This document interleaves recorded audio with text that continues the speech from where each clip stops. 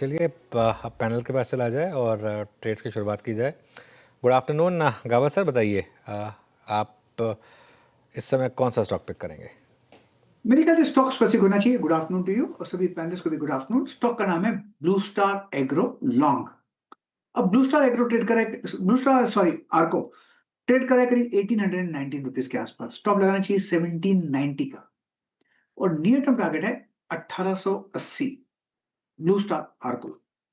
Okay, Blue Star basically जो AC वाली company है वही है गावा सर की पिक। अगर आप कंफ्यूज हो रहे हैं तो ये F&O वाला स्टॉक है, 1818 पर इस समय ट्रेड कर रहा है। ये हो गई इस समय शो की पहली पिक। शिल्पा जी, गुड आफ्टरनून। शिल्पा जी, काफ़ी दिनों बाद दिखाई दी, बताइए आपकी ट्रेड क्या रहेगी इस समय की?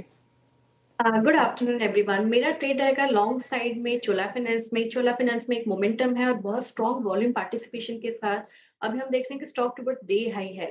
तो फ्यूचर्स में अराउंड 1478 में ट्रेड कर रहा है। आप यहाँ पे स्टॉप लॉस 1460 का मेंटेन कीजिए। पहला टारगेट रहेगा 1500 का। इसके ऊपर सस्टेन होता है तो 1520 के इसके एक्सटेंडेड टारगेट्स। ओके, शिल्पा जी का चोला आपके स्क्रीन पे टारगेट 1478 पे ट्रेड करता हुआ 1880 का। मानस, गुड आफ्टरनून, आप क्या पिक कर रहे हैं?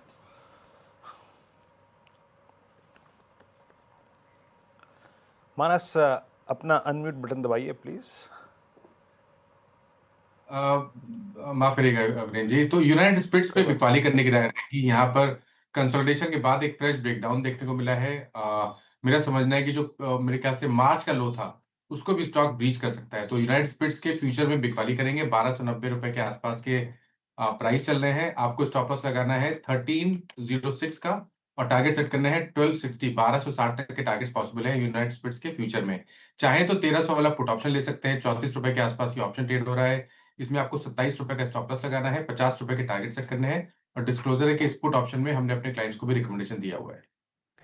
ओके, यूनाइटेड स्पिरिट्स बिकवाली की राय कैश पर और साथ ही आप पुट भी ले सकते हैं। फिलहाल मानस जी की ये पिक। अमित सेठ जी, वेरी गुड आफ्टरनून, बताइए आप क्या पिक कर रहे हैं? जी good afternoon Shreya ji, good afternoon Anuj ji, Viren ji and everybody on the panel. Shreya ji, इस समय का मेरा ट्रेड शॉर्ट साइड में रहेगा गोदरेज प्रॉपर्टीज में। यहाँ पे स्ट्रक्चर वीक है और आज के सत्र में हमने देखा कि स्टॉक ने फर्दर अपना एक स्विंग लो ब्रेक कर दिया है। ओवरऑल चार्ट्स में लोअर लो लोअर हाइज बन रहे हैं, तो इसे शॉर्ट करें। फ्यूचर्स में इसका प्राइस है 2035 का, 2035 का।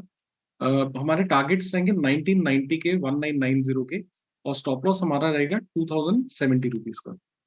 गोदरेज प्रॉपर्टीज बिकवाली के रहे हैं यहाँ पर। तो अभी तक 2 सेल साइड की ट्रेड आ चुकी है, 2 बाई साइड की। सोमिल जी, वेरी गुड आफ्टरनून, बताइए आप क्या पिक कर रहे हैं? आप बाई साइड हैं या sell side? Good afternoon to everyone. मैं सेल साइड पे रहूंगा। ट्रेंड डाउन है तो डेफिनेटली वीक स्टॉक्स चुन रहा हूँ। टीटागढ़ मेरा एक शॉर्ट साइड पर एक सेल कॉल रहेगा। एक ट्रायंगल पैटर्न है on the daily charts. 10 daily moving average पे रेजिस्टेंस लेके नीचे की तरफ टूटा है। फ्रेश सेल सिग्नल आया है ऑन द आवरली चार्ट्स। सो मैं यहाँ पर स्टॉप लॉस रखूंगा 862 पर और टारगेट नीचे में रहेगा 760। ओके, टीटागढ़ रेल सिस्टम आपका शॉर्ट कॉल है। मीनवेल रिकवरी थोड़ी जारी है। निफ्टी अब 24,433 यानी वो लेवल जो हमने 1 बजे तोड़ा, हम उसको रीगेन करते हुए, और बैंक निफ्टी में 55,156 पे थोड़ी रिकवरी इस वक्त दिखाई दे रही है। और इसको स्पॉन्सर कर रहा है निफ्टी आईटी। अब इस वक्त डे हाई की डायरेक्टरी में 34,485। धर्मेश जी, गुड आफ्टरनून, कार्यक्रम में स्वागत है आपका। आज बाजार ने इस अतिरिक्त टैरिफ को, इस 50% के टैरिफ पर रिएक्शन कैसा दिया, ये आप देख ही रहे हैं। अब हम 200 डेमा की ट्रैजेक्टरी में हैं। आप कैसे अप्रोच कर रहे हैं मार्केट्स को और आपका कॉल इस वक्त का, आपका व्यू क्या है इस वक्त का? गुड आफ्टरनून वीरेन जी। देखिए, थोड़ा कॉशियस अप्रोच तो है ही मार्केट में। 2 मुख्य कारण, एक तो नंबर्स में काफ़ी निराशाजनक रहे थे और नंबर्स के साथ जो कमेंट्रीज आई थी सब कंपनियों की, वहाँ पर भी कोई खास होप दिख नहीं रहा था। वो भी लैकलस्टर ही कमेंट्रीज हैं और फ्यू पॉकेट्स हैं जहाँ पर स्ट्रेंथ वाली कमेंट्री रही है, but overall it's normally lacklustre kind of market commentary. और वहाँ पर फिर ये टैरिफ का प्रॉब्लम आ जाता है। अब इसमें 2 बातें हो गई, एक तो 25% का 20 वाला टाइमिंग टैरिफ आ गया है, और दूसरा मुझे लगता है कि ये जो डेथ फाइनेंसिंग की बात करें ट्रम्प साहब, चाहे वो बोथ द कंट्रीज मेरे हिसाब से तो इसमें लगी हुई है, चाहे वो रशिया हो या फिर यूएस हो। बट यहाँ से अगर आप नेगोशिएट करते हैं, टैरिफ को नीचे लाते हैं, तो क्या कह के नीचे लाएंगे? मेरे लिए इंटरेस्टिंग पार्ट वो है कि जो एडिशनल 25% का जब रोल बैक होता है तो उसके नीचे क्या स्क्यूज क्या दिया जाता है रोल बैक करने का, वो एक काफ़ी देखने वाली बात रहेगी। बट कष्ट तो है पूरे मार्केट के माहौल में, बहुत अर्निंग्स का और एडिशनल टैरिफ का, बट वहाँ पर सर्टेन पॉकेट्स है जहाँ पर अभी भी काफ़ी अच्छी अपॉर्चुनिटी दिख रही है। जैसे फार्मास्यूटिकल एक स्पेस है, आई मीन ये वर्स्ट आउटकम इन्होंने निकाला है टैरिफ को लेकर, वहाँ पर फार्मास्यूटिकल स्पेस को छोड़ रखा है। तो ये लगता नहीं कि इनके टेन्योर में ये इम्प्लीमेंट होने वाला, और नतीजे काफ़ी अच्छे थे सारे फार्मा कंपनी के।